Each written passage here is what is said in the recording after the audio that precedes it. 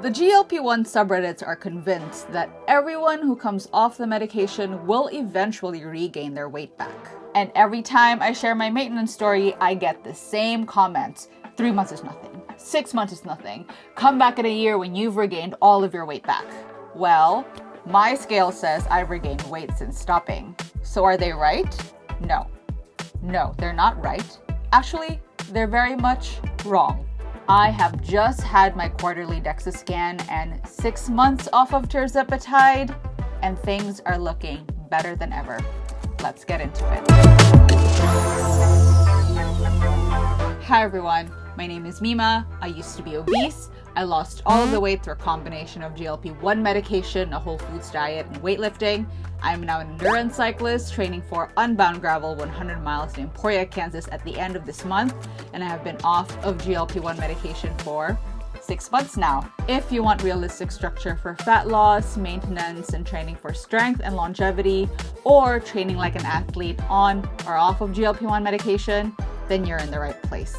So for today's video, we are actually taking a break from the structure of my roadmap to outlasting GLP-1 series because being the kind of creator that I am, a creator that advocates for sustainable, long-term habit building while being on GLP-1s, at some point you have to show that what you're preaching about actually works. So today, this video is going to be about me showing my work. So for those who are new around here, hello!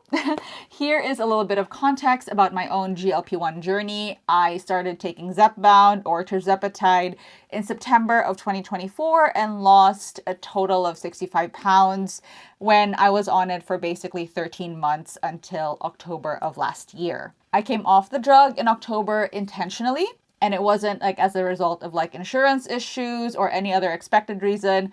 I was always going to come off because I had gotten off to lose weight and get healthy and basically change my life for pregnancy. I am not pregnant yet, by the way, so that is not in the equation at the moment. I didn't get off of GLP-1 medication because I had gotten pregnant. So not that, it was about time for me to get off, at least according to me and my medical team. I started strength training very, very consistently in March of last year, which was 6 months after I had started with Zepbound. And in August of last year, I also started endurance cycling and now training for a 100-mile race, which I mentioned at the top of this video. I also have a primarily whole foods diet and track my protein and fiber intake pretty consistently. With all that said though, I want to emphasize that I am not a special case. I am not a unicorn. I am not a unique case. I travel a lot for work, so I don't have the perfect diet or the perfect strength training or cycling schedule. I have had hard weeks where I've started spiraling into old habits, but I kept building. I always got back on track, and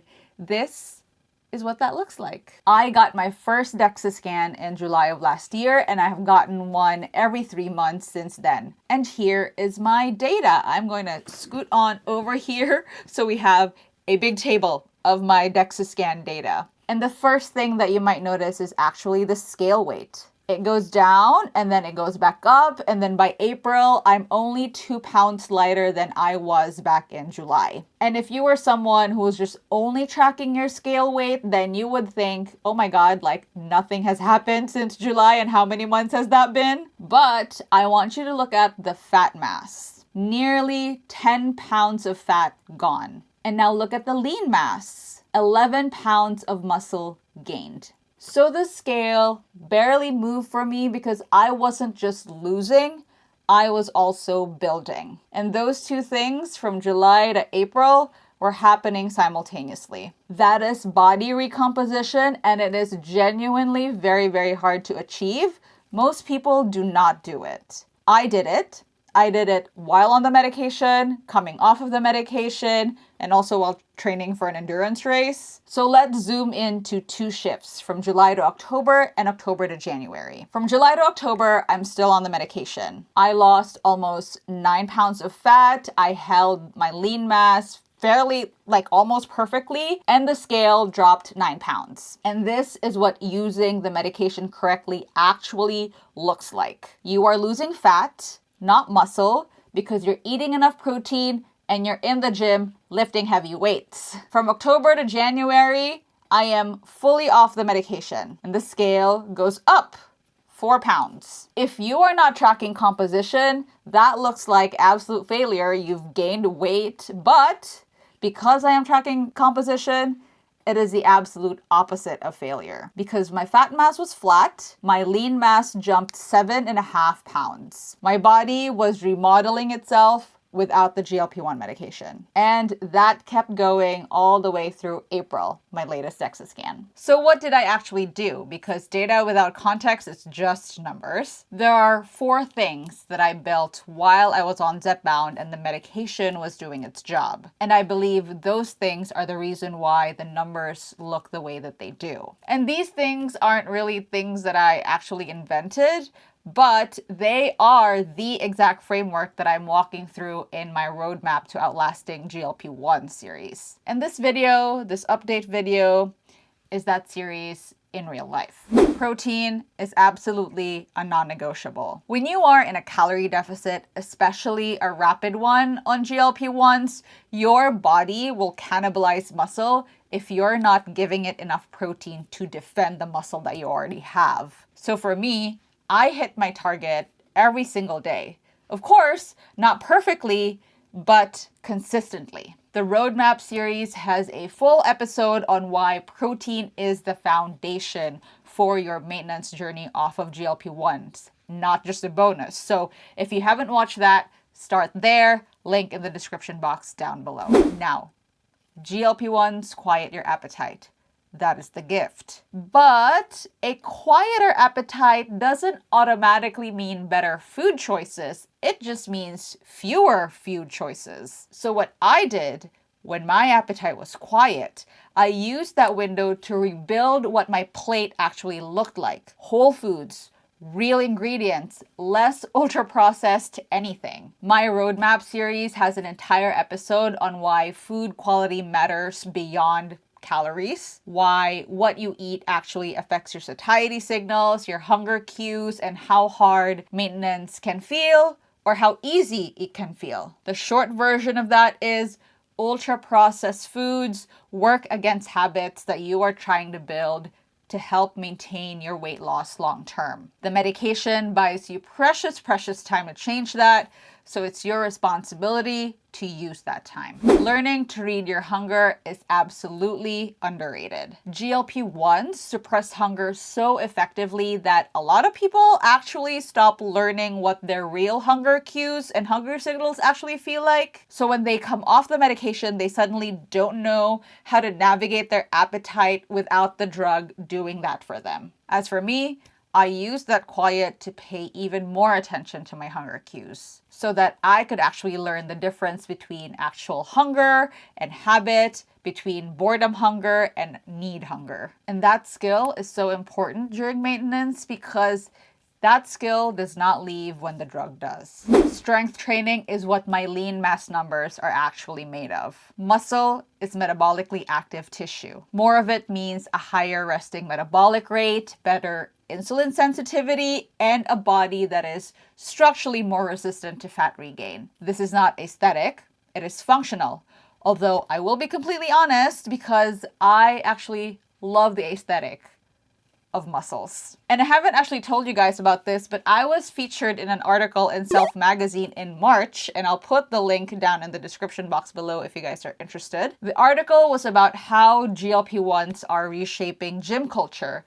And the point that I kept coming back to in that article is the same point that I make in this series. The medication gave me space. GLP-1 medication helped me clear away space in my brain to actually focus on evidence-based journey for strength training. Tirzepatide did its job, and I used that time to build something. And I built this because I want to sustain my weight loss long term, and I also want to manage the metabolic conditions that I am genetically predisposed to. Type 2 diabetes, high cholesterol, high blood pressure. And the answer to all of that was building muscle. The lean mass numbers in the table that I showed you, that is what intentional strength training looks like over 9 months. And I will say again what I said in the article, if we want to live independently in our old age, especially women, building muscle is not optional. Strength training has become a huge part of my life, and it should be a huge part of yours too. The Roadmap to Outlasting GLP-1 series will have a dedicated episode on strength training. Why strength training is not optional on GLP-1s, how to structure your strength training regimen, and what to prioritize if you are strength training for the very first time. So if you don't want to miss that episode, make sure you're subscribed to the channel. And I am not going to pretend that the last 6 months has been easy or linear. There have absolutely been weeks where I was just so tired and exhausted from everything going on in my life that training felt like a second job and I didn't have motivation to go to the gym or get on my bike or even just like move my body at all. There was also a very difficult stretch at the first quarter of this year where my eating habits were kind of not that great. But what kept me anchored wasn't motivation, it was structure. It was the habits, the systems, and the routines that I built while I was on the medication that carried me through the hard stretches of the last 6 months. The medication created the quiet that I needed to build these habits, build the structure. And then I built it. I built the habits. I built the structure. That is the whole thesis and why this channel exists. So if you are currently on a GLP-1 medication and you're scared about what might come after, then this video is for you. The research on weight regain is real, and I'm not going to dismiss that.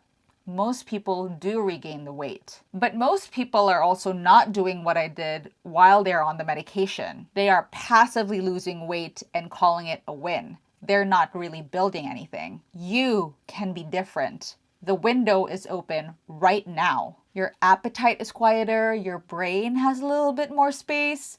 Use it. The 4 things that I just walked you through, protein, food quality, understanding your hunger, strength training, that's not a complex system. It is a simple one applied consistently. And the Roadmap to Outlasting GLP-1 series exists to walk you through each one, step by step, so you are not figuring it out alone when the drug is gone. I am not showing you this data to brag.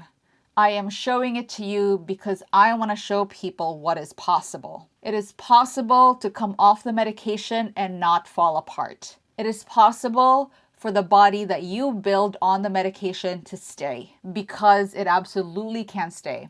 It is the body that you are watching right now. I hope this video has given you a little bit more hope about what maintenance looks like off of GLP-1 medication. Tell me in the comment section down below. What are you most hopeful for on your maintenance journey? I hope you guys enjoyed today's video. Please don't forget to like and subscribe and do all of the YouTube things. And you can also follow me on Instagram. Handle is right here for my day-to-day stuff.